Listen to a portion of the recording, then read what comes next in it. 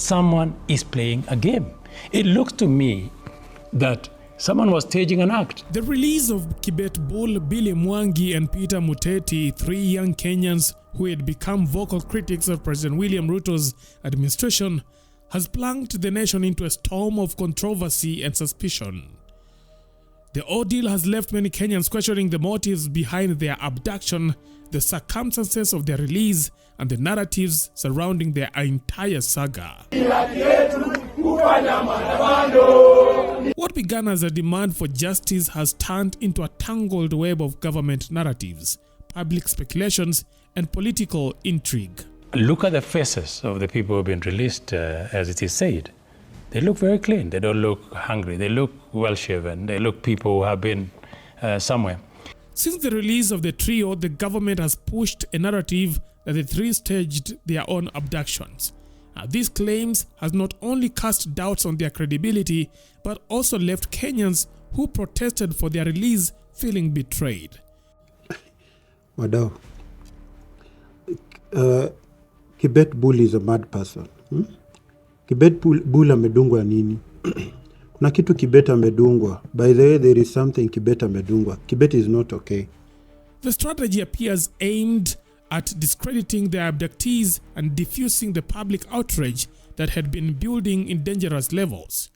Before their release, their abductions had brought the country to the brink of unrest. Kenyans were threatening to take to the streets in nationwide protests unless the young men were released.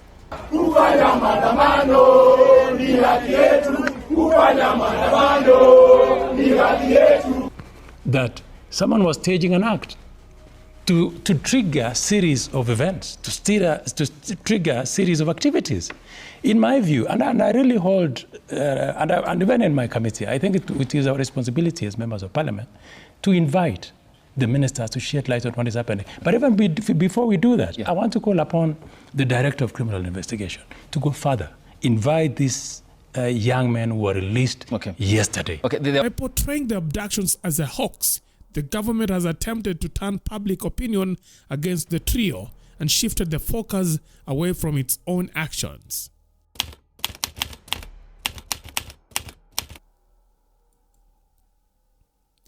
The trio's behavior since their release has raised red flags. Observers noticed that Kibet Bull and Billy Mwangi appeared disoriented and incoherent during their television interviews. Their sluggish speech, frequent pauses, and seemingly rehearsed responses led many to suspect that they may have been subjected to psychological manipulations. Kwa majina naitwa Gideon Kibet, kwa Twitter najulikana kama Yoko or Kibet Bull. So nilikuwa nataka ni confirm Kenyans kuwa niko safe na nimefika nyumbani salama. I didn't know anything. Even I don't know if we are in 2025. So you're just jumping the year? I've just came yesterday. Sikujua kama hata tumeruka mwaka. Social media blogger Maverick Aoko made fiery allegations claiming that the abductees may have been drugged with amphetamines or similar substances which are known to impair memory, cause disorientation, and induce hallucinations. According to Aoko, such drugs could have been used to erase their memories or render them unable to recount their experience. What you don't know is that abductors put amphetamine drugs kwa food za watu. They are used to treat depression and anxiety. Very lethal. Ziko pale madhare. Side effects, you become incoherent, lose memory, hallucinate. Comrades were fed but wanakaa mazuzu. Another Twitter user echoed Maverick Aoko's claims saying, "Saw the photo of the brown one and sisi watu wa unga, we could tell he was doxed big time. Did they go for medical checkups? Ama Africans bora unapumua? Are they sure they weren't injected something we won't mention? Mimi nina maswali booklet. Ban abductions is not Kalongo, guys." Sikujua anything. Because right now I'm psychologically tortured. So personally I've not healed. I'm just from the hospital yesterday. Even my doctor advised me that I should get total rest, sleep well, so that mafikira tu initoke kwa akili. This theory gained further tractions as both Kibet Bull and Billy Mwangi refrained from sharing details of their time in custody during public interviews. Their reluctance to speak about what they endured has fueled suspicions that the government may have used tactics to suppress critical information, ensuring their trio cannot expose the methods used against them while in custody.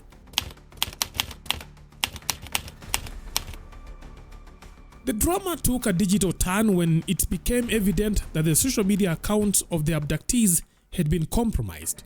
Since their release, their accounts have posted unusual and uncharacteristic content, including Bible verses on the same day they were released and on the same time. Billy Mwangi confirmed that he no longer had access to his Twitter account, suggesting it had been hacked during his time in custody. Hi guys. Hi guys. This is Hiyo kofia unaweza toa ndio wakuone vizuri. Ama iangalie nyuma. Walikufanya ile kitu. Nilinyolewa. So this is Billy Mwangi, the abducted guy, psychosins. And those guys who are using my Twitter accounts, who call parodies, they are not me. I'm not in Twitter. Yangu ilikuwa hacked na simu walichukua. So in case of anything, I'll update you guys in due course. Thank you. So this is Billy. That is not Billy who is tweeting, guys. Okay? Guys, hebu ambia watu wa Twitter wamekutetea sana manze. Watu wa Twitter nawapenda sana manze. Mbogi yangu ya Twitter, mbogi ya watu wa Nairobi, watu wa Embu. Thank you so much. Hata kama walinifanya ile kitu kwa kichwa. I'm back. A Kibet Bull's account caused an even bigger stir when it posted a bizarre message shortly after his release, claiming he had spent the night after his abduction at a disco Matanga. They dropped me in Luanda Vihiga at 3:04 a.m. leo. Sikuwa najua where to enter or book a room. Kidogo form ya disco Matanga came in. Danced paka 6 a.m. when I went to book a ticket. Kibet wrote. Now these claims many found implausible given the circumstances. Critics argue that this tweet, likely authored by someone else, was part of a government strategy to discredit his story and make the entire abduction appear staged. Kibet Bull's pseudo has been used to sanitize abductions and make it look comical. The account was hijacked from him. Let us allow the young man to recollect and re-energize. His close family and friends can assist him for now. This Twitter user commented. Now, prominent online figures, including Amerix, warned Kenyans not to engage with their accounts, describing them as compromised by intelligence operatives.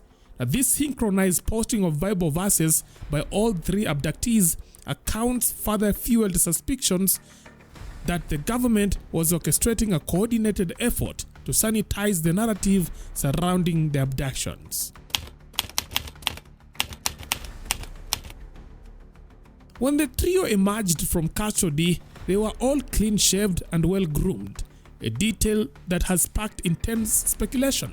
Now, many Kenyans interpreted this as a deliberate tactic to discredit the claims of abduction. The clean and kempt appearances stood in stark contrast to what one might expect from individuals who had just been freed from such an ordeal. Some commentators have gone further, suggesting that the shaving of their heads could have been symbolic. They argued that it might have been a part of a ritualistic act intended to strip off their intellectual and spiritual identities. Unconfirmed, abductees underwent the demonic ritual of cutting hair. This is what Satanists do in a bid to take away your wisdom and spiritual connections. If their parents are alive, let them place their hands upon their heads and decree, I revoke every demonic act or covenant done or practiced upon, and hereby cancel, nullify, and restore his spiritual being and wisdom. This is the most serious part. I return the hour of truth and justice back into the households of all involved in my son's predicament. Free advice for the parents. this Twitter user said. Others viewed it as a calculated move to create doubt about the authenticity of the abductions, with questions arising about how someone allegedly had in a dire condition could return looking so well kept. Why this? Look, for instance, a case yesterday of a young man called Kibet. You know, he says he appears somewhere in Rwanda, and he's been partying the whole night. And yesterday he found his way to Nakuru. Look at the faces of the people who've been released, as it is said. They look very clean. They don't look hungry. They look well shaven. They look people who have been somewhere. You cannot be released by abductors and still attend some disco in Rwanda. It is impossible. And you've been away for 15 days and you still look clean and you still look comfortable to go and dance a night away. Let us be very honest with the people of this country. Someone is playing a game. We have seen people alleging that they have been abducted, kidnapped, then they show up. All out of political expediency. If anybody alleges that they have been kidnapped, abducted, and they are not, they should also be arrested and charged for misuse of their computers and cyber crimes. Hatuwezi tukajiabduct alafu tukakuja mpaka nyumbani. Mzazi haizi lia bure juu ya kujiabduct hadi tukafanya mzazi alie siku kadhaa. The government's approach to the abduction saga has been methodical by spreading the self-abduction narrative, compromising the trio's social media accounts, and ensuring they remained silent about their ordeal. The authorities have successfully cast doubt on their claims. Government-aligned bloggers and influencers have amplified this narrative, leaving the public divided on whether the abductions were real or fabricated. Now, this strategy has achieved a significant shift in public perception. Where there was once outrage and sympathy for the abductees, there is now skepticism and mistrust. The government appears to have turned the tables, portraying the trio as participants in a staged drama designed to garner public sympathy. Now, the events surrounding the abductions and release of Kibet Bull, Billy Mwangi, and Peter Muteti have left Kenyans grappling with critical questions. Were these young men truly victims of state suppression, or were they part of a larger scheme to manipulate public sentiment? Who is controlling their social media accounts, and why are they refusing to speak about their experiences in custody? The clean-shaved heads, altered behaviors, and suspicious social media activity point to a coordinated effort to control the narrative. Whether this effort is aimed at silencing dissent, discrediting critics, or protecting the government's image remains a matter of speculation.